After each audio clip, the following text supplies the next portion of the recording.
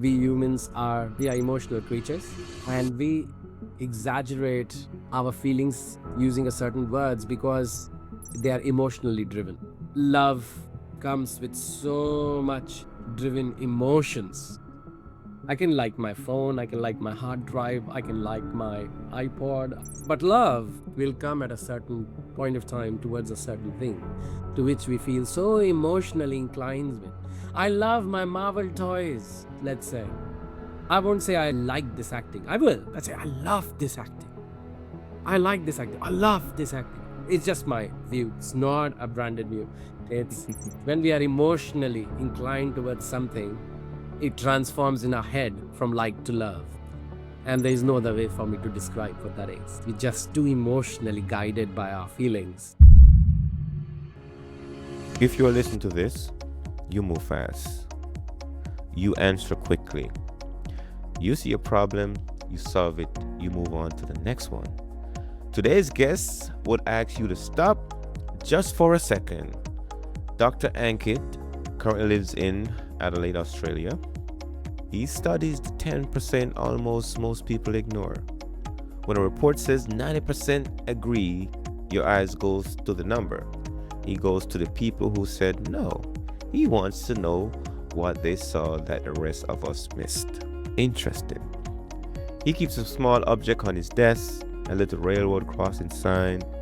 It has no practical use. He keeps it there for one reason. Every time he looks at it, it makes him doubt what he thinks he knows. He built his whole desk to make him pause. Today we play a game with Maxims. Short statements that are supposed to land clean. He would not let a single one land clean. He turned each one over, found the cracks in it, and showed me something underneath I had not seen. This is not a conversation that gives you answers. It is a conversation that teaches you how to fit with a question. Welcome, Dr. Ankit, back to the Memoirs to Millions podcast. This is the second time around.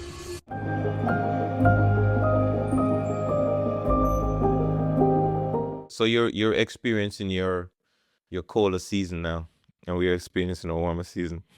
Yeah, I mean, Adelaide is sort of fine. Doesn't go extremes, although it depends on how people describe what extremes are for them. But it's just like sometimes, very rare, it will go to 40 degrees, 40 plus. It has last year, but generally it stays 36, 37. Some days are 38, 39, and the winters I haven't seen many freezing temperatures.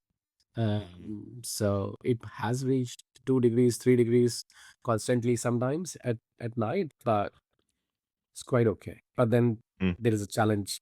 People being in home and people not have home.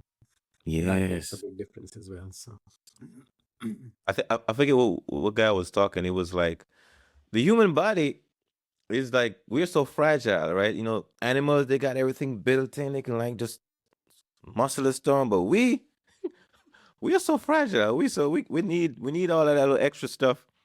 mm, Yeah. it's interesting you said that. I was excuse me. I was reading a LinkedIn post by somebody. Was it LinkedIn?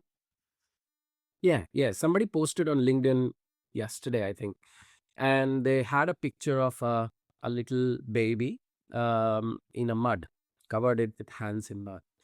And they Mm-hmm. wrote a study that was done, I think I might be quoting it wrong, but let's just do it. In some study in Chicago, where they, sorry, not in Chicago, in Sweden. And Mm-hmm. there they found out that children who were, what was it? It was some place where at the back, yeah, playground, where at the back they had those spongy stuff where kids play so that they don't get hurt. They replaced it with forest soil.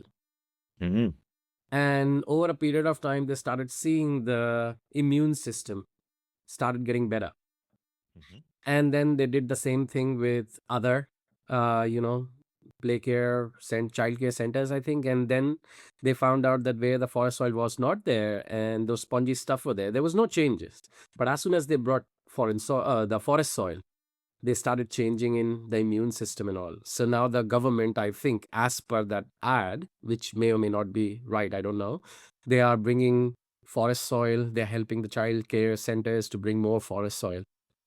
for children to develop. So, more of the story was that in our, and that relates to what you said, in our own way of preserving our existence, trying to be very clean. Mm. Mm. According to that post, it appears that we have sort of created fragileness for us, or fragility Yes. for us. And Hmm. it isn't so much that nature made us fragile. It's like over the period of time, all these things that we have done for ourselves to make our life very clean. We domesticate ourselves too. Yeah, it's like our antibodies sort of don't know what are the threats and what are the friendlies. So, so it was a nice post. Made when you said that made me remember then how cleanliness isn't always about positive way of living life. It brings a lot of changes that may not be as positive for the physiology of a human body. No, no, that is, it's like we are become the most domesticated animal on the planet. We have sterilized ourselves so much that we forget that like we are dirt Hmm. and we should be planning. Which is I'm glad you brought that up too, because I remember growing up, because I grew up barefooted, running around, no shirt, running around in the dirt, playing all this stuff, and we never really get sick, Dr. Mhm. Ankit. I don't remember getting that much sick. The only time I remember going to the hospital because I bust my ass doing something that I'm not supposed to do. Cut my leg, bruise up my knee, or step on a bottle or something and pierce my foot. But I didn't go to the hospital because I had some kind of thing. Because I was dirt. Hmm. I was in the dirt. I'm Hmm. not sure if you grew up that way or not, but yeah, I think Oh no, the if sterile I environment changed that. yeah, and because I'm not a a medical doctor, or I'm not a Hmm. physician, so I wouldn't want to say anything about medicine practice. Even if I have read it, I don't have qualification to preach it.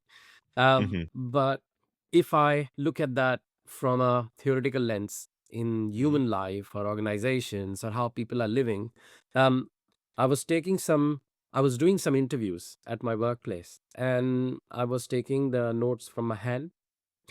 I think my handwriting is okay. But as soon as I start writing with my hands, it gets so scribbly, and I can't write it in just one line. Sometimes something will happen, it will go there, and then the arrow will come there, and I'll start writing somewhere else.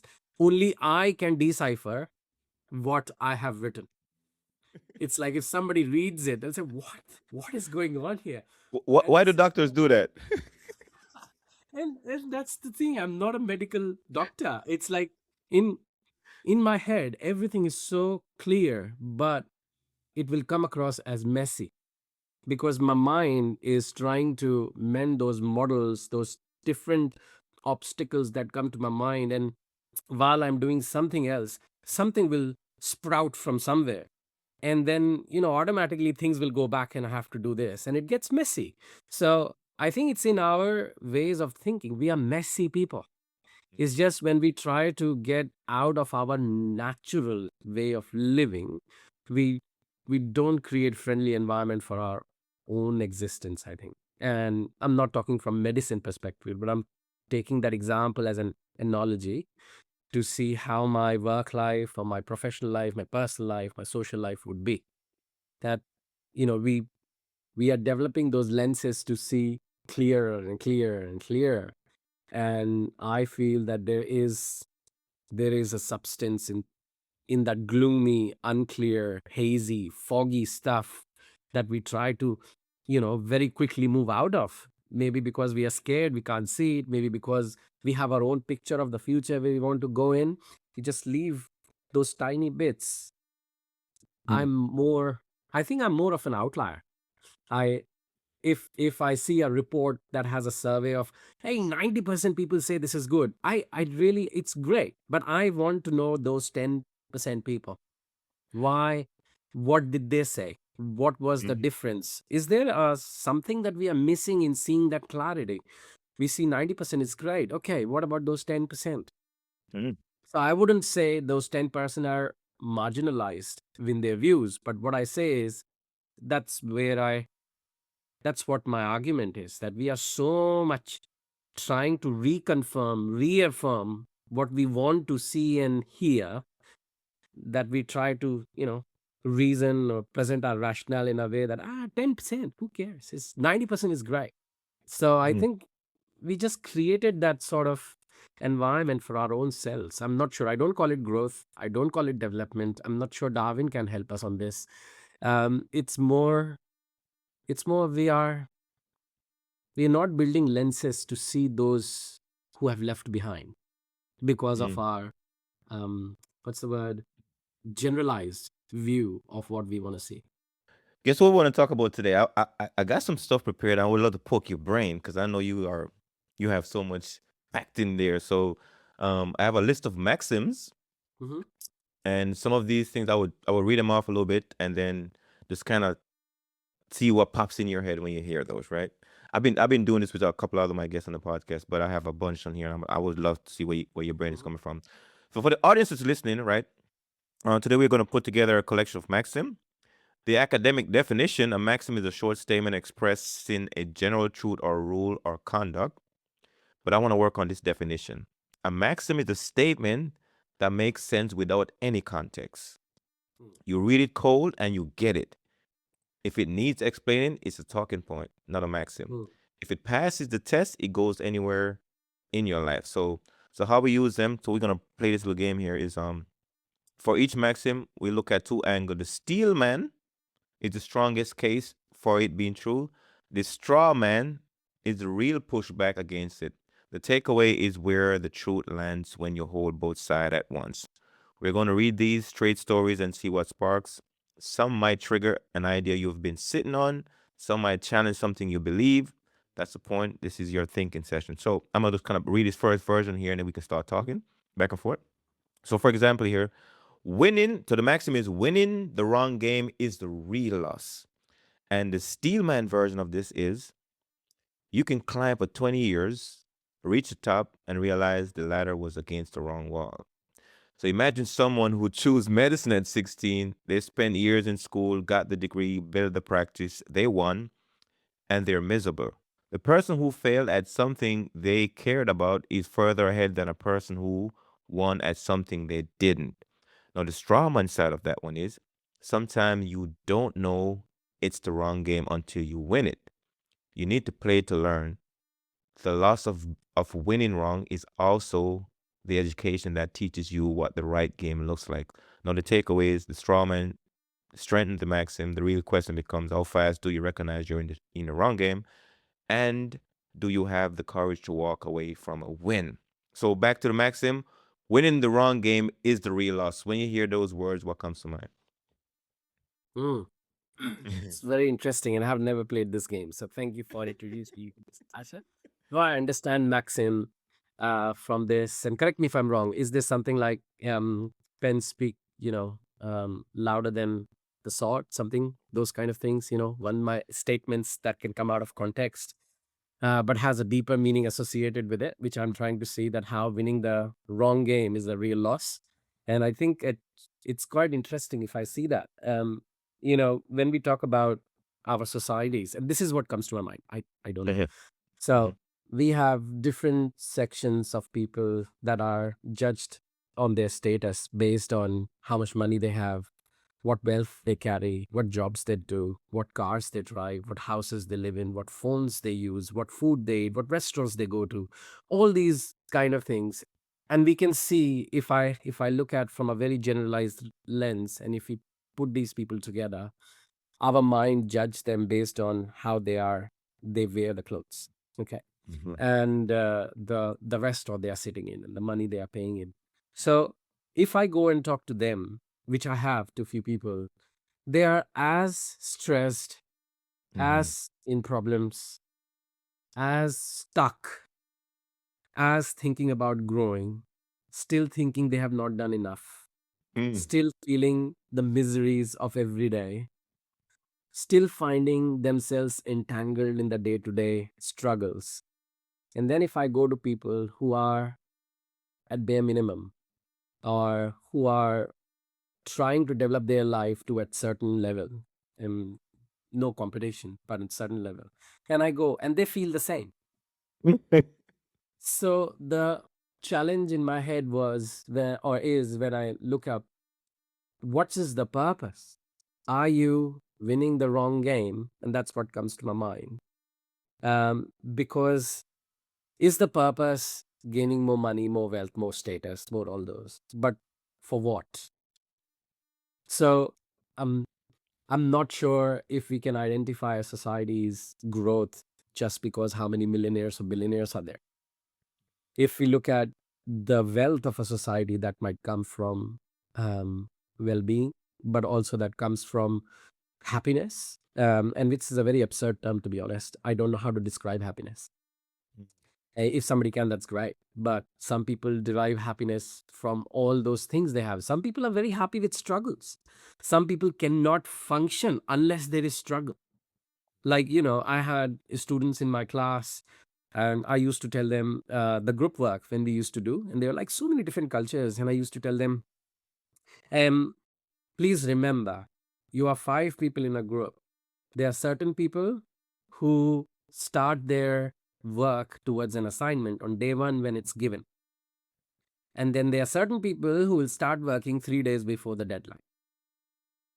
There is no right and wrong. The challenge is how you all five work in a manner that you all understand each other's ways of working, so you can complement when they're gonna start, when they're not gonna start. Otherwise, you're gonna have a tussle, and you have this view of why you're not starting or why you're starting so early and all those.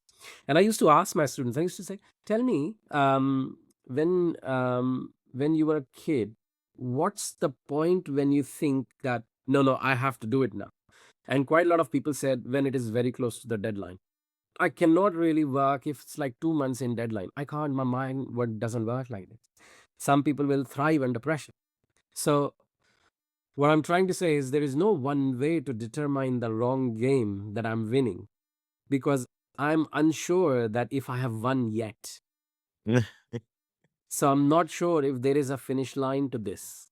And that is why we keep running. Mm, And we are moving in a direction, I think, but we don't know where the finish line is. So Usain Bolt runs 100 meters at full pace, and then he will stop after the finish line. So he can give all his energy to that first 9, 10 seconds or less seconds that he takes. After that, he'll cool off. We don't know that. So I'm not sure if I know him, if I'm in the wrong game, or if I have won that game. So although the Maxim says this, the ladder against the wrong wall or wrong ladder against the wall, I don't know it. So we are still in that unknown phase, because we mhm, haven't defined the possibilities of finishing. I'm not sure whether it comes from economics, that we are greedy people. And mm, greediness is not wrong or bad or not good or positive. I'm not saying from those adjective perspective. I'm saying we are greedy people. If I have $10, I want $100. If I have $100, I want $1,000. What's the point when we say we have enough? If somebody says, yes, we have enough, probably they have found a finish line. And then we can reflect back and say, were we playing the wrong game? So mm, I'm unsure when to reflect on it to do justice to this maxim, whether I'm in a wrong game or have won the wrong game, because I don't know whether I've won or lost anything. I'm living ooh, I'm living. I just don't know. Yesterday, when I was walking, and I was thinking about the podcast, because when you send the email, my mind goes a day or two before into thinking a lot of things. And I was walking, and I was thinking, I was reading the post about from Nobel Committee. Today mhm, they posted, when I was getting ready, about Einstein's theory of relativity. And mhm, they said they were posting 2017 was the year when there was a let's say the solar eclipse. And in 1919, they tested it. And I think Eddington tested it. And they found that, yes, Einstein's theory is correct, that gravity bends light. Because the only way to test was during the solar eclipse so that they can see the light. mhm, And but he never received a Nobel Prize for that general relativity. He got a Nobel Prize for photoelectronic effect. Think photoelectronic effect. And my mind goes from this perspective that whenever we are trying to see something clearly, we need darkness. It's just I don't know whether that could be a maxim. Because whenever we are trying to see something clearly, we need darkness. Is it because of concentration? Is it because our senses pick up so many things while there is light, that we don't have enough energy to focus on one thing because we feel distracted. Mhm. But when we put everything in dark, our senses pick up the only thing that they can sense, which see. I mean, I can sense in darkness if somebody's standing behind me. But it's more about this idea of what my eyes see, what my brain thinks, how that energy is emitted. So darkness brings more knowledge than the light. So I'm not sure, this is another maxim.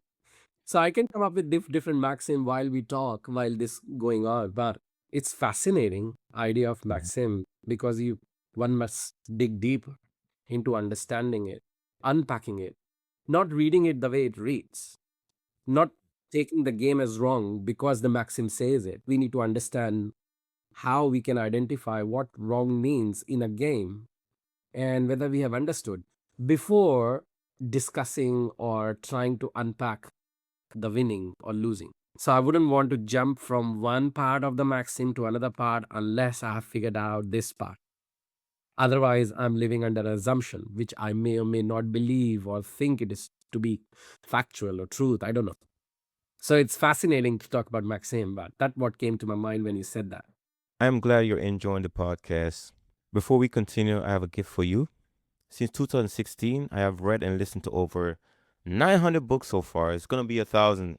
And I organized them into a library and I handpicked the top 100 books I recommend to my clients, my friends, and the people in my community. Books on storytelling, language, and personal growth, and building something from your own life. If you're watching this podcast and you're looking for your next great read, this library is your gift. It is free. Go to asheralbertwright.com and check out the 1000 Book Challenge. This is my gift to you.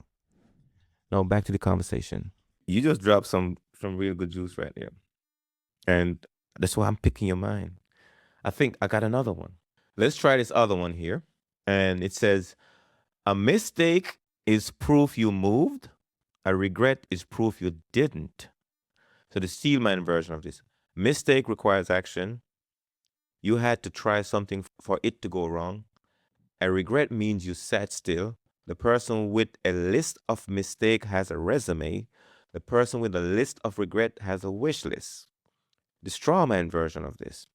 Some mistake destroy things that couldn't be rebuilt, that can't be rebuilt.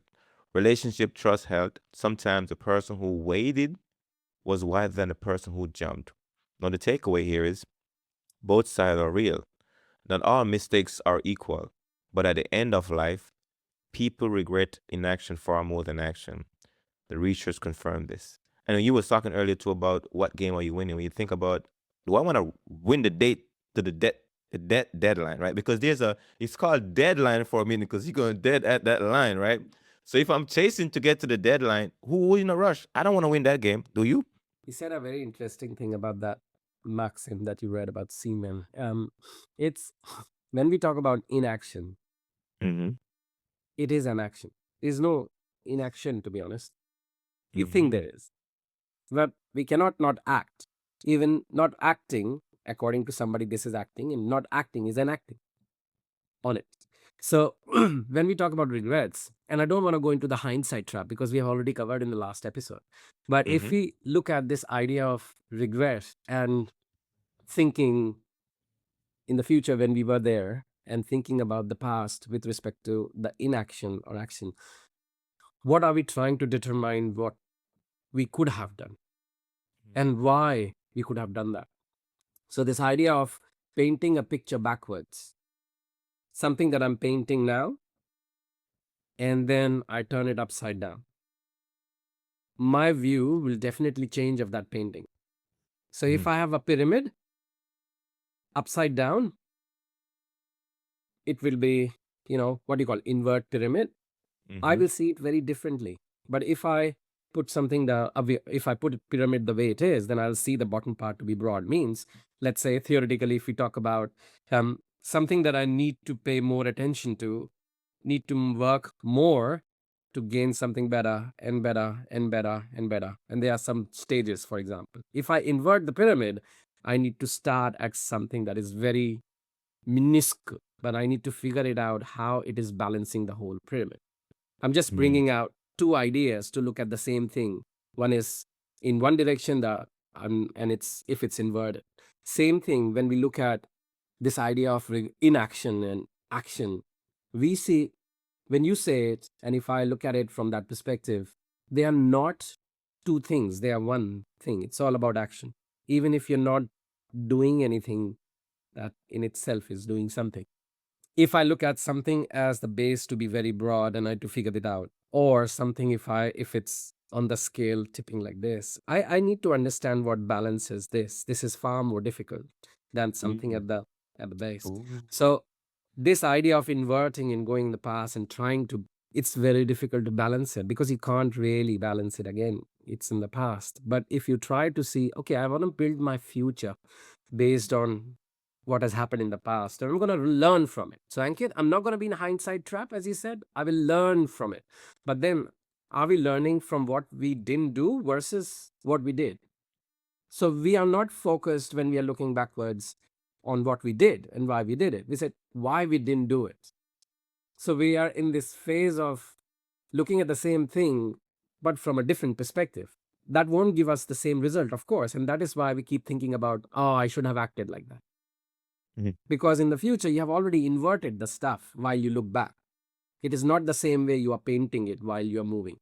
So it is quite challenging for me to, it's very fascinating, but it's challenging how we see the same thing in a different light when we are in a different point in time, and we inverse it and we start thinking, oh, we should have done that. But it wasn't Mm. like this. It was a broad base. You were trying to figure it out. Now that you have figured it out, you have inverted it. And now you are trying to figure it out. Oh, I should have acted like this, thinking of something else. But that wasn't the case there. It is a little different from hindsight trap. But this is again this idea of that how we are not looking at the same thing that we were doing in the past. We are looking at it from a different lens. So the whole meaning, aspect, philosophy, the view has changed.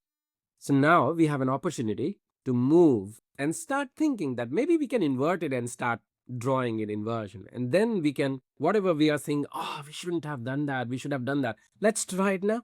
So it isn't so much that we can't change it. It's like let's try it now. Let's not do what we have done because I think we could have done this. Let's do it now.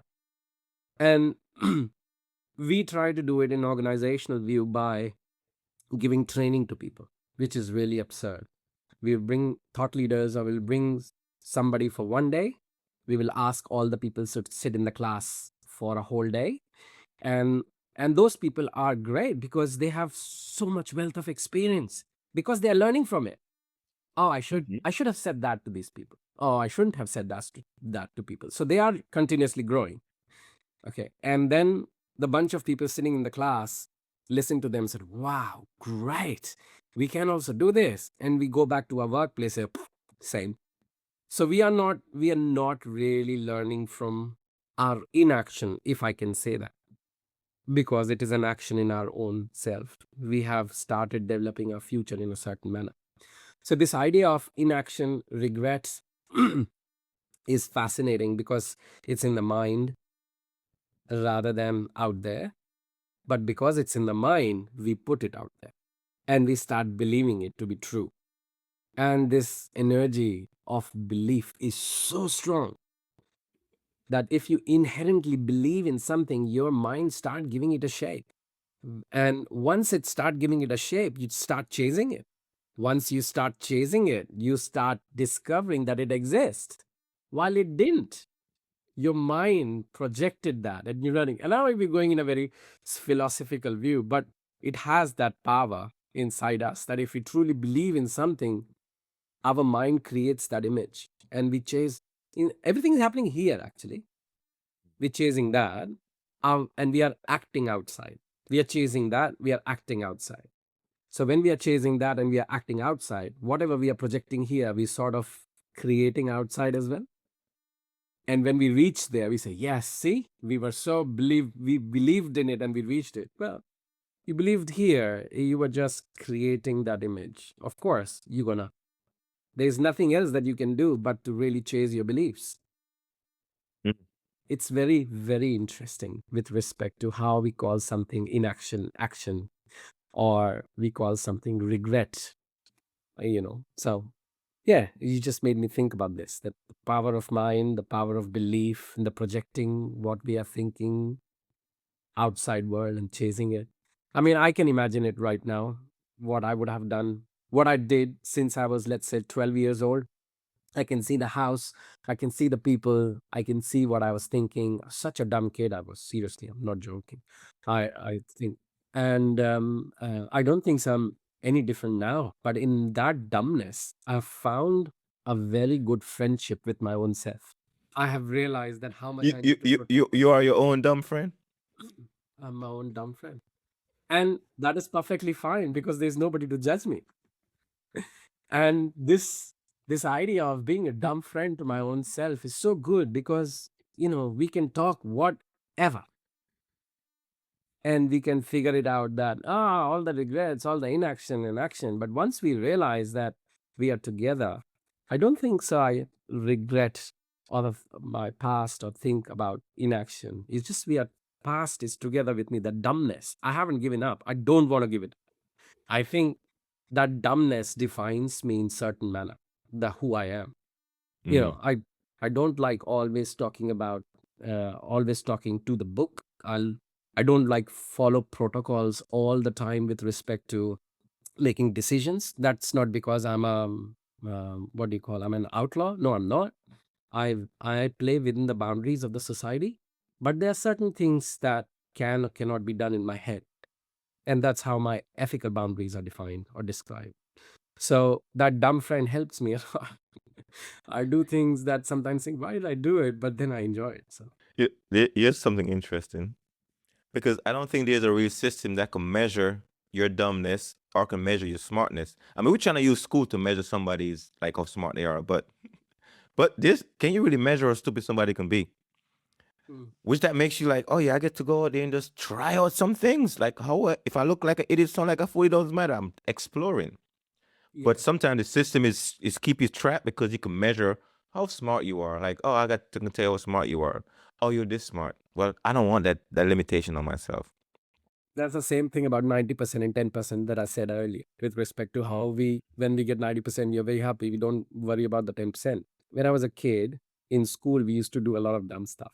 So when people used to call us stupid, we used to feel really bad, really, really hurt. We were kids, like. So people started creating stupid as an acronym to a full form.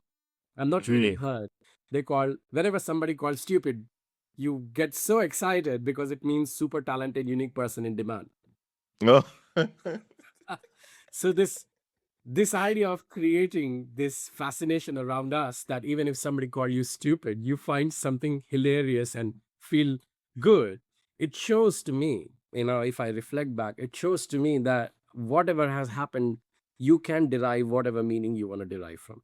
Whether you call something dumb or somebody calls something smart, I'm sure when Einstein was having these ideas of gravity bends light, I'm sure there was lots of resistance from the physics fraternity, where they were calling about, hey, what this guy is talking about. I'm sure there are some people who were very interested in it, and some people, unless it was proven, Hmm. for example. So everybody starts dumb somewhere. I So mean, the beginning is dumb. yes, how can you be genius without being dumb at some point in your life? So I don't see dumbness as something problematic, because I think it could be a beginning of that genius that is hidden somewhere Mm-hmm. in those 10% that is not being looked at right now. So the fascination with numbers is great, but the fascination with percentages, to be more and more and more without focusing on why less exists, is is dumb. So I don't know whether there is any genius in that. There is a possibility of finding geniuses by looking at things that we call dumb, that people Mm. do. And it's like reprogramming our mind or rewiring our mind into seeing things that naturally we are not looking at it. So we look at winners. I used to read elsewhere. Who knows who's number two? Who was number two runner up in Olympics? Or who was number two deputy? Or people people don't look at. Everybody saying, oh, if you're not a winner, you're a loser. Another maxim. Defining people based on number one saying number two doesn't really exist. And now we are in a rat race of us not winning, not winning. We are not chasing the winning. We are chasing being number one, defeating the person running next to us. So if there's a difference in my view, if I try to win something versus if I try to be number one, I can be number two and I can still be the winner because I broke my own record. I'm still a winner. But in the grand scheme of thing, I'm a loser because there was some number one. So am I defining winning through the position of me being at number one, or I'm defining winning through my own besting every single time? So I keep thinking of Einstein because I read it in the morning and I'm crazy about these theories. Um, the documentary that I was seeing on National Geographic about the genius, the first one was on Einstein.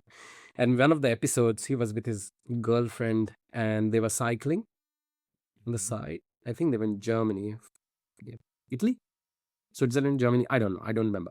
They were cycling. And suddenly Einstein realized, so great, I found it. And she said, what? When you cycle, two people cycle at the same rate at the same time, to both of them, they are stationary. They are not moving. Mm, But to others, they are moving. So let's put this idea into this theory that we were talking about just now of winning and number one. If we don't try to defeat our competition, but we try to match the pace, we are moving fast for the world, but for to both of us, we would be stationary. Now there is a opportunity to grow because to us, we are stationary. We can do more. And then we match a pace and we increase it. We keep on increasing, but we are always as stationary to each other. So we have opportunity to do more and more and more and more and more, rather than one winning and saying, "Hey, we won it." So again, coming back to it, it's not something the game that is wrong. I don't know when to win. When should I decide that yes, I have won? Because if I'm chasing number one, unless I become number one, I have not won the game.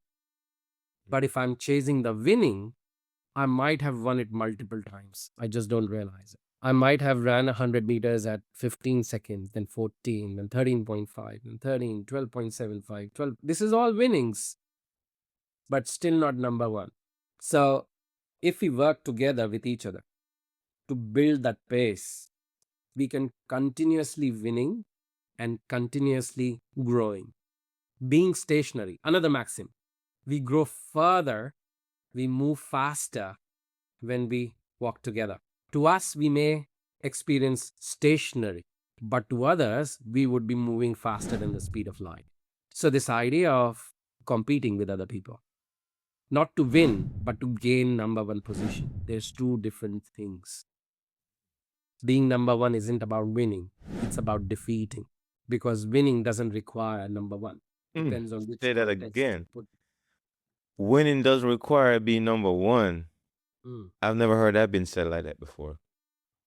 Mm. Copyright, IP. All right, let's grab another one. Let's grab another one here. All right, this one is kind of deep. Okay. It says the money fades, the people stay. Remember that why you still have both. So the Steelman concept here. The richest man in history sat down at 70 to write his memoir. First chapter, first sentence. The memories were people. At the end, what becomes noise, relationship are the signal. The straw man. Easy to say when you have money. The person struggling to feed their family would trade relationship for cash without hesitation. The maxim is a luxury statement from the wealthy. Takeaway: the straw man has teeth. The maxim isn't saying money doesn't matter. It's saying that if you sacrifice the people to get the money, you arrive at the end with a pile of cash and no one to share it with. The order matters. What come to mind for you when you hear those words? I'm stuck on two things. One is noise and one is money. Mm. And because that's what I heard in there. So there was an exercise that I did, which my supervisor, PhD supervisor, taught me as well. This idea of money. So I asked my students in the class, and over many years, I've asked this to a lot of students. I said, do you think money motivates you? Most hands. goes up. Hmm. Good. Money. Okay. I said, money motivates you? Okay. And I said, today, if I prove that money is not a motivator, would you listen to me?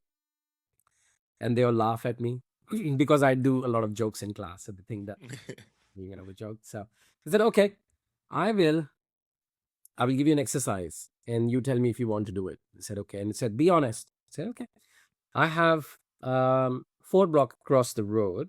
My office is on 10th floor. I mean, my past office was on 10th floor. And I said, go there. There's a pile of 20 hardcover books that you need to yourself pick up and take it to the library, which is further down, 4 blocks. And on my behalf, give it back to the library. How many of you will do it? Some people really like me and they said, yeah, we'll do it. I said, and some people don't. So I focus on people who are not saying they will do it. I said, I'll give you $10. No. $100. Some hands go up. $500. All hands go up. And I said, okay. So you're motivated by money. I said, yay. I said, okay. Now the same exercise. You have to go to my level 10, pick those books up, 20 hardcover, walk down, give it to the library. I will give you $500, but I will cross it off and I will write on it. You cannot use. Would you do it? All hands goes down. Some people who said that we will do it anyways, their hands are up. But okay, now we are discussing. I am giving you $500. Why are you not doing it? Well, you're giving it us, but we can't use it. So money isn't the motivation. It's the purpose you're going to use that money for could be your motivation. I want to buy a house. I need a deposit. I need money. I want to buy a motorcycle. I need money. So there's something deeper that could be my motivation. Or we can go further deeper than that. I like to ride and enjoy my freedom, and I classify bike to give me that. That's fine. But I'm saying money is a medium to achieve what you want to achieve because that's the currency of society these days for transaction. If we go back in past lives and we bring in barter system, then money has no value. The shirt and the trousers and the rice wheat might have more value than that. So the other thing, this aspect of money and this point of reference to it is challenging in my head. Because if we keep money at the center of our discussion, that our discussion only revolves around money, then we don't know any better. So are we thinking about money as our mode of living a satisfactory life? Or are we thinking of having $100,000 sitting on a table, but I don't want to use it? I just want to feel that I have that money. That may be a motivation. I don't know what kind of motivation that would be. But just having a money in the bank, not using it, that's what I want. That's what I want, my bank balance to go up.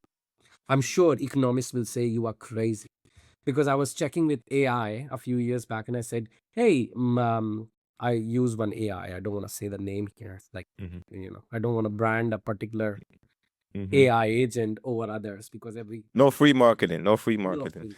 Yeah, but I don't want to brand because if I haven't used it and I will say, hey, this is great. And if some people like what I say, they might start following it, may not find it great. So there are other things as well. So that's not the point. The point is, to me, I used an AI and I said, if I want $1 million today, and I put that $1 million in my bank with no interest on it, just bank, what will be the value of my $1 million when I turn 60 after 17 years? And he said $762,000. So I said, what about $238,000? Well, that's the value of $1 million today versus the value after 17 years. It isn't so much that I'm going to keep money and become wealthy. No, because that's how inflation, indexation, and all these things work. It's in my mind again. Just because I have that money, I feel I'm rich. I still buy $2 t-shirts. I still, go to Coles and Woolies and fight between 70-cent tin to a $1 tin or $1.10 and $1.20. What? So I am not sure if money is what motivation is that we are talking about. It is something very deeper and personal to people. Some people really like having money on their table and not using it. So that $500, if I cross it off, they don't really want to do it because they can't see the use of it. They don't want to use it ever, but they can see $500 sitting on their table and they're happy that they have $500. So we cannot really dictate people to think in a certain manner. We can't say, oh, you're thinking wrong. There's no economist will say you are crazy. AI is saying you're crazy. Those 500. No, that's what people think. That's what people feel. That's how people are. So, with respect to this maxim, it's fascinating that everything revolved around money. Mm. While what I thought the maxim was telling me that there is only one way of looking at money, while my view is there is no one way. Even I don't look at money in the same way if I have slept very nicely for 8, 9 hours, versus on a day when I sleep only for 3 hours. My view of money changes. When I am in emotional turmoil, emotional disturbances, lots of social pressures, my view of money changes. It's a fluid state of mind that describes what money means to me in a certain context, in a certain point of time in my certain life. So I'm unsure about this maxim with respect to money. Yeah, and what was the other bit? Other bit, it came out of my. The money fades, the people stay. Remember that why you still have both. So it's people and money. Do you like people, Asha? I love people. What's the difference between like and love? Because you didn't repeat like, you said love. So I'm sure there's a Oh, great significance to that. okay. So I love people because when I love people, I feel like I'm not alone. When I like people, I get very choosy. Like, oh, but when I love people, I'm gonna do this because I love people. Like I wake up in every day in love with trying to find a way to help people, right? So I think me just thinking about I love people is just me just saying that I love people because I love myself. What about you? Don't like yourself? I mean, I like myself too. Then what's the difference between like and love? Oh, that's a great question. We have to find a scale. Is we have to This, find a scale to see if it's on a scale or not. well, I Maybe think. maybe just terminology, but it's the feeling probably very close, Mm. like a Like temperature. we discussed last time when we Mm-hmm. chatted regarding how we humans are, well, we are emotional creatures Mm-hmm. and we exaggerate our feelings using a certain words because they are emotionally driven. Love comes with so much driven emotions. I can like my phone, I can like my hard drive, I can like my iPod, I can like my. But love will come at a certain point of time towards a certain thing to which we feel so emotionally inclined with. I love my Marvel toys, let's say. I won't say I like this acting. I will, but say I love this acting. I like this acting. I love this acting. I think it's more, it's just my view. It's not a branded view. It's when we are emotionally inclined towards something, it transforms in our head from like to love. And there is no other way for me to describe what that is. We're just too emotionally guided by our feelings, transforms love into love. love has more poetry. Like could be too logical. Well, that could be another Maxim, Asher. It It's could be. these maxims are amazing. It makes me think about a lot of things about myself, my views of myself, my view of the world, Mm, the dumb kid that I am still yeah. inside, the dumbness that really helps me question a lot of things. To be honest, Asher, that I see in this world around me, Mm-hmm. I question it not because of there is any intellect or intelligence. I think we are all intelligible in some way. It's that dumbness. That dumb view gives more perspective and meaning to something that may or may not exist. Again, that 10%, not the 90%. So whenever I focus on this dumbness, I find more reasons to query things. Some Mm-hmm. people might find a bit, why are you asking? It's common sense. Not to me.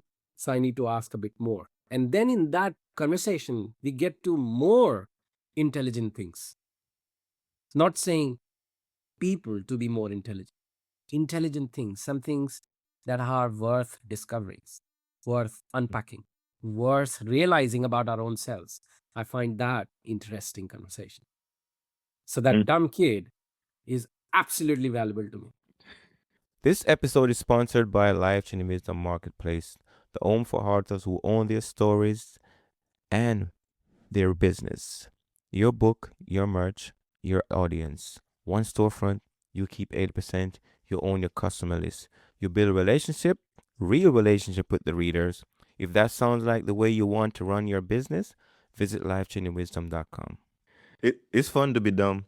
And I don't mind being in good company of myself. If I'm in good company with myself and I'm dumb, I'm enjoying me. But you're Right? smart and you're miserable because you're in bad company with yourself. The challenge to me is I don't know how to describe good or bad.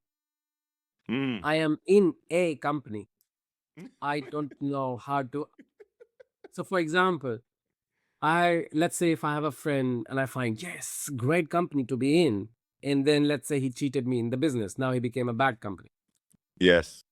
So it's context Bad dependent. company. Yeah, yeah. So it's like context dependent that how I identify a certain company to be, companions to be with. At one point, they might be really good, but later on, they might be really bad. So I think it's very subjective with respect to how my experiences have been with those people that will be bad or good for me, but not that company would be bad or good. I might view it. Others might still view it really great. I might start feeling it. So I think it's amazing how we identify the meaning to our experiences and what we see and what we feel through the lens of how it affects us. Moving Mm. away and slowly we move away from how that thing is in it in its own. Like mouse is a mouse. If my hands are bigger, this mouse is really, not really comfortable. Mouse is a mouse. It's nothing to do about comfort. Some hands are okay with it. So we call this, that's really bad mouse. No, it isn't. Just a mouse. It's your experience with it is problematic because of your circumstances. So Mm. we brand people, item, stuff, good or bad, without realizing it is our experiences with them, not them. If we equate people with this mouse, they are just who they are.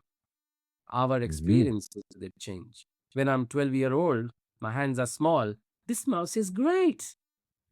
I'm 40-year-old, my hands are big. This mouse is not great. Come on. Mm. So I think we are subjective, inherently meaning making, sense making, emotionally driven entities in this planet. And everything and anything that we identify is through the lens of emotions and how it affects us. So we forget those things, people, objects remain as they are. If we are focusing on the experiences, we can better our companionship rather than blaming the people.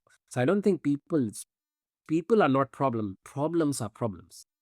Mhm. Once we equate problems to people, we forget that once this mouse was very comfortable in my hand. You remind me of this quote by Dan Sullivan too.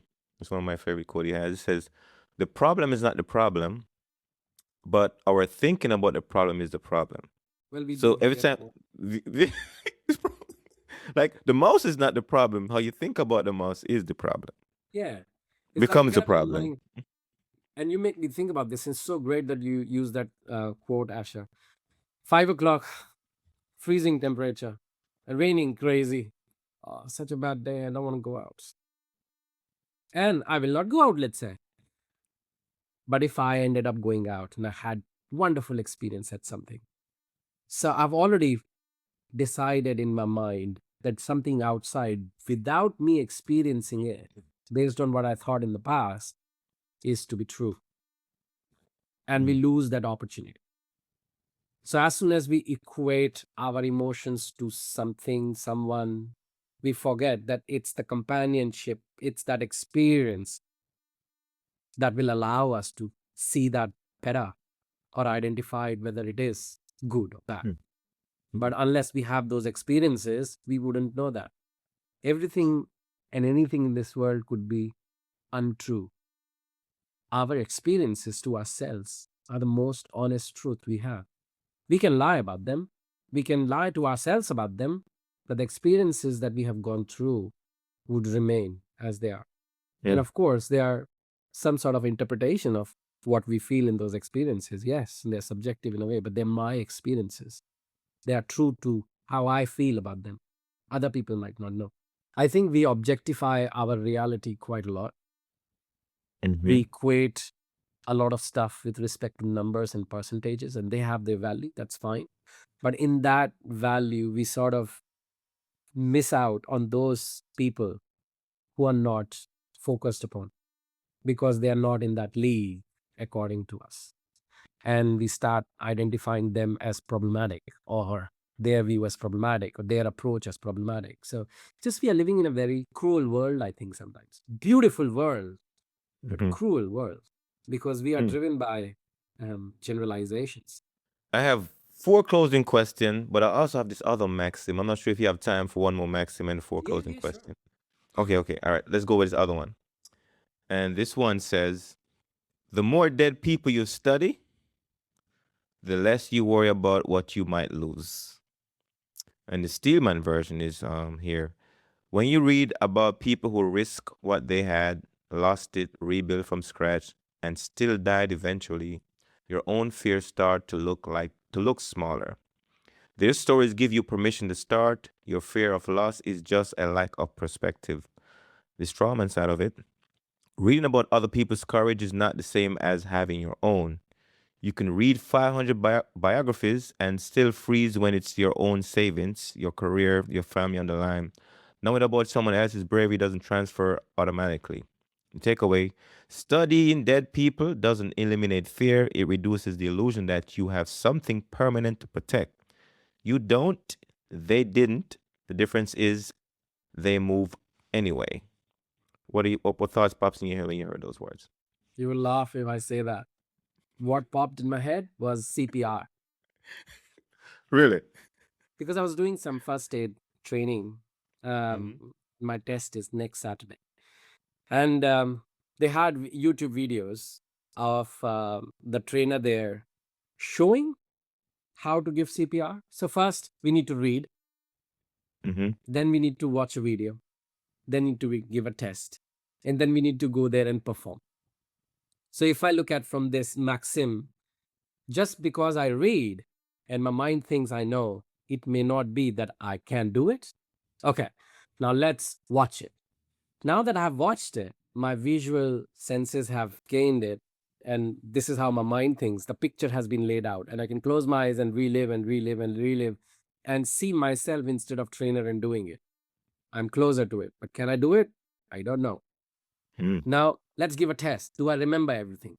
Yes, I passed that. I remember everything. So I've read it, I've watched it, I've been tested. Can I still do it? I don't know because I haven't done it. So now I have to go there and do it. The moment I do it, I will not forget it because now every single sense has picked up. And over and over and over and over I do it, more natural it gets. So I can do it even in my sleep. It's like riding a bicycle or swimming. Even if you leave it for 20, 30 years, 40 years, you won't forget it. I'm sure that's how it works. I didn't ride bicycle for 20 years, but that day my neighbor kids came in and I rode. It was great. Mm-hmm. So this idea of tacit knowledge, the idea of this thing that our whole nervous system gains and we understand, we can't give that up. That is why it is very important to learn and know what you are learning. And people say learn by doing or doing by learning. I don't know all that. What I'm focusing on, that if we believe, again to the first maxim, if we believe that we have learned something, there is a possibility that if we don't try it, we may live under the illusion that we can do it. Mm. And when the opportunity comes in, I don't know whether we can. We may or we may not. But if we test it before that, then we can be 100% sure, possibly, if we can ever be 100% sure about anything, that yes, we can do it. This is one of the reasons why we have those crazy heartbeats and stomach butterflies when we try to do something new.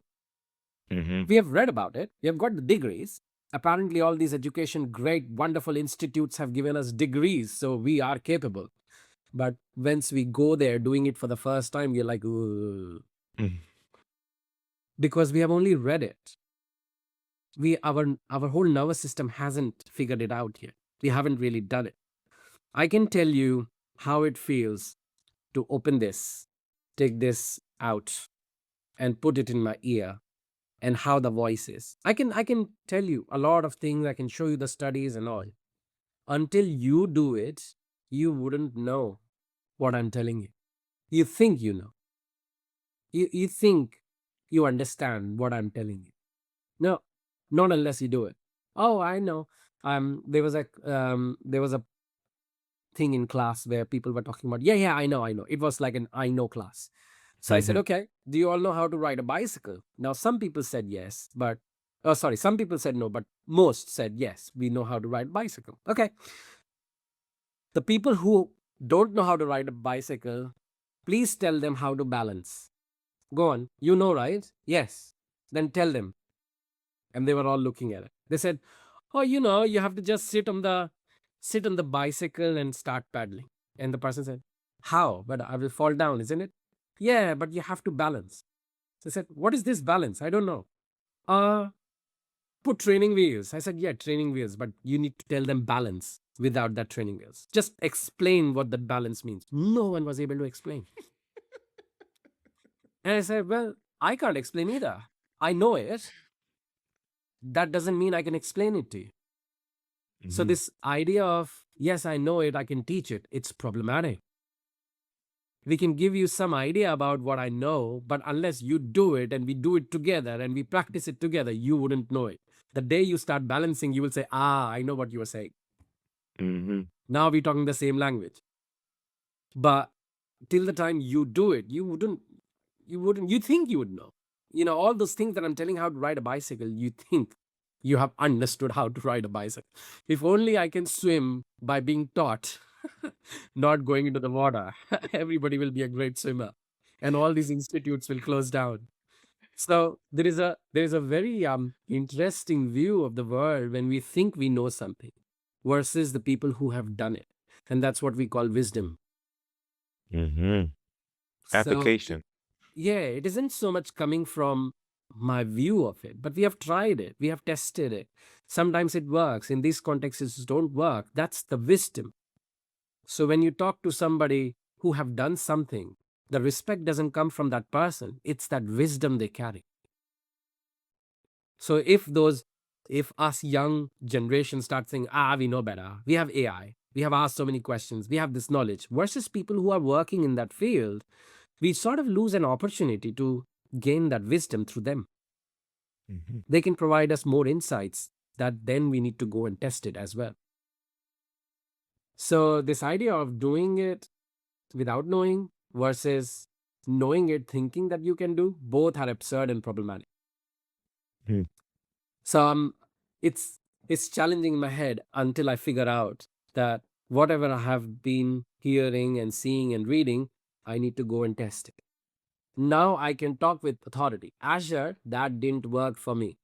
And we can have a conversation now. But if I say, Asher, I don't think so, that's going to work for me. It's opinion. Opinion and authority is not the same. Yeah. And everybody's entitled for their opinion. But that's it. It's an opinion. You yourself are not 100% sure. That's why you're a bit saying, I don't think so, it will work. Don't think so. Rather than, it will not work for me. If you say with assertiveness, it will not work for me. Okay, tell me why. Oh, because I've done this, this, this, this, this. So it's fascinating, this idea of doing and learning. The moment our senses pick it up, our hands touch it, our eyes see it, our body feels it, our brain registers it. Those neural networks starts bubbling around, fiddling around with things. And riding bicycle. Oh, this is how it balanced. This is how it balanced. Our mind is calibrating and recalibrating what Mm-hmm. those people were telling up in class about balancing, and then we balance. Mind needs to go through that process of recalibration and calibration of what we have read and listened to and watched before it can figure it out for yourself. Mm. So being overconfident about the brain getting all these impulses and doing it, it's dangerous. Can be. There might be some geniuses who can read a book and know exactly how it is to be done. And there are geniuses like this. I'm talking about people like us well, I shouldn't say us, like me, who wants to understand what I'm reading, seeing, talking, hearing, touching, feeling by doing it. so that it makes sense to me. So I can then go and talk from my experience, feeling good that I talked about my experiences rather than my opinions, which I may not believe either. So, it's fascinating that how many things that we know we can't teach. Balance is one of those. Mm. No, I like what you say about the measuring piece because I talked to a lot of people about the same idea. So it's like, oftentimes in your imagination, the scenario lives. But all you measuring against is just your imagination after your imagination, but no application you measure. Like you need the application to measure against so you can recalibrate. But if you don't have a first time testing the thing and doing the thing, you can measure my imagination against the application. I do it again, I can measure against application. But all you have is only imagination. Mm. Then it's a different experience. Mm. And I think Einstein said, knowledge is limited. Mm-hmm. Imagination encircles the world. So he was talking about his thought experimentations. He did Mm-hmm. everything in thought experimentation, like those um, that testing of theory of relativity, the gravity bends light during the solar eclipse. He did absurd calculations in his mind Mm-hmm. even before they were tested, and they were accurate. So Mm-hmm. imagination has immense value, but then there is a challenge. Is it the imagination that we are focusing on, or is it our view of what we are imagining? Mm-hmm. So when I think, this is how I interpret Einstein, I can't. I'm to say that I can interpret what Einstein means would be like so arrogant. I don't know what he means. This is how I interpret it. It's knowledge is limited. Means all the facts that are there, the science has told us it's limited because it is growing in itself. Last time we said there was a point where people believe there is earth and there is an edge and people will fall off, and now it's a sphere. So it's knowledge is limited. you know Imagination encircles the world. I can imagine myself flying, Mm-hmm. but then it isn't about being a superman. It's about how it is making me feel that I'm levitating, I'm light. The atmosphere around me is sort of very light, that I see myself levitating. Now I'm trying to figure it out. Is that atmosphere, can it be created? Now the thing comes to my mind is vacuum, let's say. So this idea of imagination is okay, but are we, whatever we are imagining, we start believing in it? That could be a problem because not everybody has that thought provoking crazy mind of Einstein.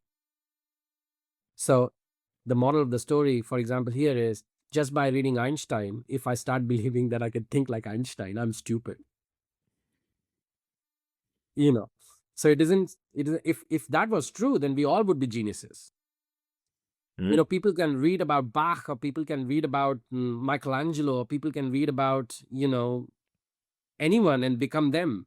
So if by reading this could have happened, we would have solved all problems or created more problems for the world. So it isn't so much about what you read and what you think what you imagine you know. It's about what you can do. I'm sure when Einstein thought, he was 100, not sure, but I think when Einstein thought, he would have known that this is true, this is right. I think there was a sense of arrogance in him as well. Mm-hmm. But then he had to test it as well and show it to the world, because world won't want to believe it. So no matter what you do, you need to go and test it so that they can talk with authority, so that other people can benefit from your experience. Otherwise, what's the point? I mean, the point is you can benefit yourself as well. That's okay. But I guess We imagination go. isn't problematic. It's believing what you're imagining is what you can do without doing it could be dangerous. All right, we're gonna wrap up. I got 4 questions for you, and I like that closing piece because life moves at the speed of reality, and that comes down to what? Well, 60 seconds in a minute, 60 minutes in an hour. I mean, that's all life. That's all life moves for us physically, for the physical body, at the speed of your own reality. So, 4 questions I have here: a TV show or a film that you have found yourself going back to recently that you want to share, want to give away to anybody. Up in the air, Up in the air. George Clooney. Mm. So that Up in the Air movie was, and I was talking about it. That's why it's in my head to somebody. It's about a movie in which United States organizations don't fire people directly because of the threat of lawsuits. So they hire a third party to come and fire their employees, which is so, you know, inhuman, I think. And but they gives a severance package, the payments. They look, that George Clooney's organization helped those people to resettle, for example, and make them feel that they are there, they are supported. And he was really good at it. Suddenly, an intern came, and the intern thought, this, I can do it. They are to be fired in a fire. And George Clooney says, um, no, it's, think about their mortgage, their family, their single parents, or all those. It's not easy for them. Okay, no problem. The intern fired one of the employees, and she was crying in an interview, that lady who got fired, and she's saying, I'm a single grandmother, how can I do it? I have a mortgage. Anyways, did it. And the intern said, see, I did it. And George Clooney was really upset. Half an hour later, the news came that that lady jumped off the bridge and ended her life. And it was a shock. And George Clooney, and then intern sort of got in a shock. And George Clooney helped explain the whole things from that experience. That is the main story. But the other story part is, and the reason it gels, he's a frequent flyer, like a lot of Mm. people listening right now would be. And in that movie, he has shown to that intern how to pack the bags and in what queue to stand to be quick through the gates and not Mm. waste time, because he's frequently flying. So there's a fun side of it and there is a serious side of it. And the fun side is this, and the serious side is how we are so confident in our abilities sometimes that we start believing whatever we are saying is correct, absolute, and true. Yeah. And we live in that for so long that we start thinking that everybody should listen to us. Sorry, it isn't arrogance, it's misconception about our own abilities in our own selves. Again, coming back to that, we may think what we may not be that. Mm. Okay, 3 books you would recommend to a friend right now. Hmm. If I tell you something, you would probably end this podcast now. Apart from the academics, I have only read one book in my life, and that is Alchemist by Paulo Coelho. And that was in Mm. 2003, because I went to Europe for the first time in Dublin, and my Polish friend there, she made me read it. She knew I don't like reading unless there are pictures in it. If something that doesn't have pictures, I seriously cannot. I can't pretend. I will tell the other person, I can't read this. Not because it's in my mind. I've tried it. I've tried it a lot of times. First, I have to read everything backwards. I can't read things forward. I don't know why. And other thing is, I need pictures. Academic books, that's fine. Papers, that's fine, because I'm reading, I'm doing stuff. But I can only recommend one book, Alchemist by Paulo Coelho. It was awesome. However, if there's another 2 books required, I watch documentaries rather than reading Let's books. go. Let's go with that. So, and National Geographic has this documentary Genius, and there are different episodes. Like you have Einstein and you have Newton and all those, and the cartoon Scooby Doo.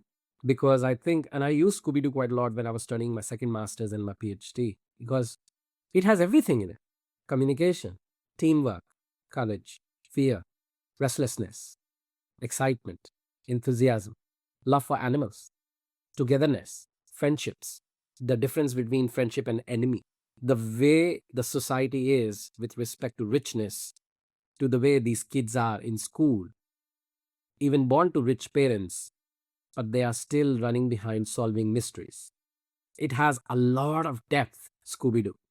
If somebody would want to see it not just as a cartoon, but something that we are living a life right now, we can connect, to different people in it. Whether Velma, some nerd people will call Velma, some, fashion people will call Daphne, and, all those. And Scooby is dumb, but he is amazing dog.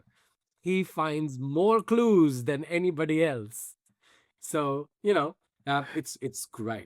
Yes, I can recommend that. All right, next one is a product or tool you have been using that has been a game changer. If you open the share. Not sure if I have an answer. One thing that I can show you that has value to me is this. Yeah. Yeah. It's like a traffic signal sign. Ah, interesting.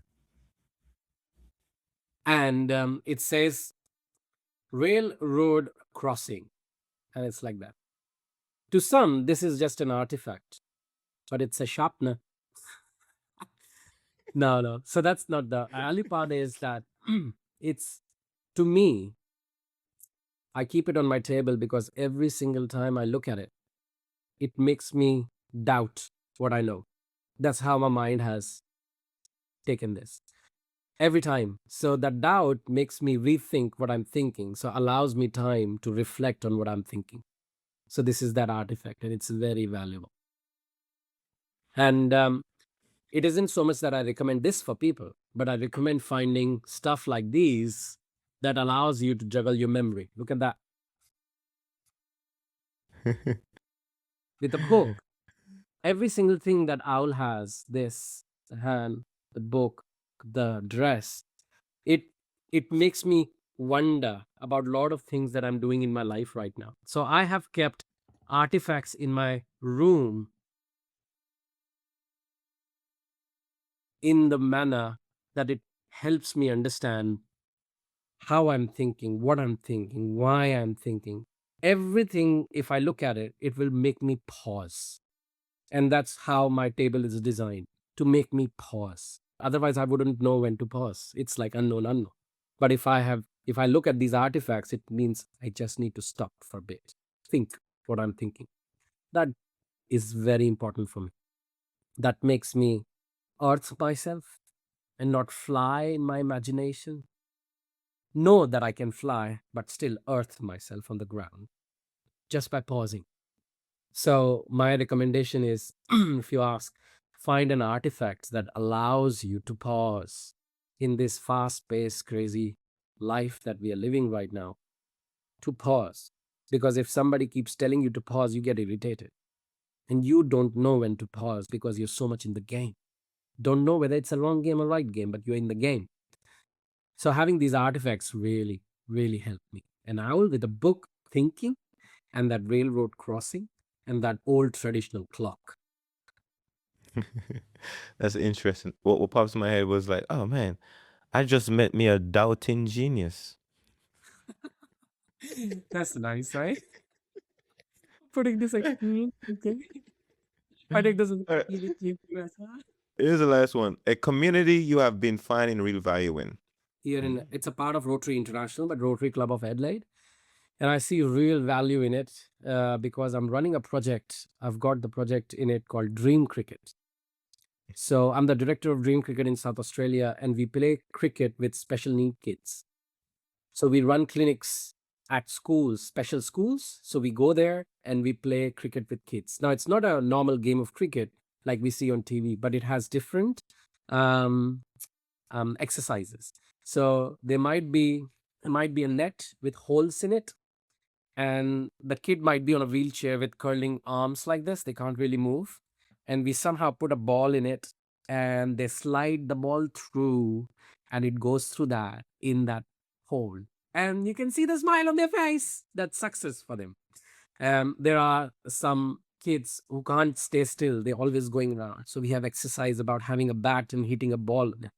So there are lots of exercises that we do, and it's dream crickets. And we run, like last year in November, we booked University Oval. We invited like 100 kids from 4 different schools. Teachers were there, Rotary people were there to volunteer in it. It's sort of a project that we run within Rotary as well. It's like a separate organization, but it's within the Rotary, the project we run. And there's no money charged at all. We do everything. Rotary has given us grant, like Rotary Club of Adelaide gave Dream Cricket South Australia grant as well, and that we use to buy kits, and we donate to the school. So that the purpose is not just play that cricket game once for an hour with those kids because they get tired. It's to have that embedded in their curriculum, and give them the kit and the resources, and we go there again so that the teachers can play with the kids regularly. And you could see parents weeping there. They said, we have given up on our kid that he can actually ever communicate or be a part of society, and now I can see him play. They are weeping. It's like I get goosebumps when I think about this. I mean, what can be more beautiful than this? That parents finding their kids in whom they have lost complete confidence now flourishing through this game of Mm-hmm. cricket. So it's amazing. So Mm-hmm. I don't see any more value than being associated with Rotary Club of Adelaide and Dream Cricket than anything else. Everything is great. I am part of Human Intelligence Movement. I'm part of Friends of the Library. I'm part of my organizations that I work for. Um, but Rotary Club of Adelaide and Dream Cricket is what makes my heart beat. All right, we are at the end of this incredible conversation. You have dropped a lot of wisdom, and I think this is going to be useful. Always great to chat with you, and man, you got a good mind, by the way. Well, Yeah, you you got. you are dwindling in it, and you are providing me that opportunity to dwindle in it. So I think together we can create more mysteries and talk about more stuff that I think is hidden somewhere in our mind. Mm-hmm. So this is a very good platform and opportunity, Ashish. I must thank you for helping me reflect on what I'm thinking. Yes, we only got to like 5 of the max, and I got like 20 that I want to get your spin on. So we got some more to get to the next time we talk. Yeah, I look forward to it. I won't go and search for Maxim because I don't wanna make me think in a certain manner. So I would be more into same prompt two. When you say something, we'll start having a discussion. So I think that's Yeah, yeah, yeah, yeah. All right, Dr. Ankit. Any last word before we close out? yes. To all the listeners, this might come across as philosophy and to believe in yourself. So I'm not gonna do that. What I'm gonna say is in my experience, what I've noticed, there is a merit in pausing. And the moment we pause, because we are slow, you're standing in a car and suddenly the car moves and your whole body jerks back and the car stops, whole your body comes forward. But while the car is moving, you are stationary. So when we are continuously moving, we are stationary. We don't know when to pause because there is no need for it unless the car brakes or starts. So there is a merit in pausing, finding that pause, that break that allows you to stop moving, allows you to regather yourself, regroup, rethink, recalibrate, and then start again. That's my last words today. And with that, make it a utterly, utterly fantastic week.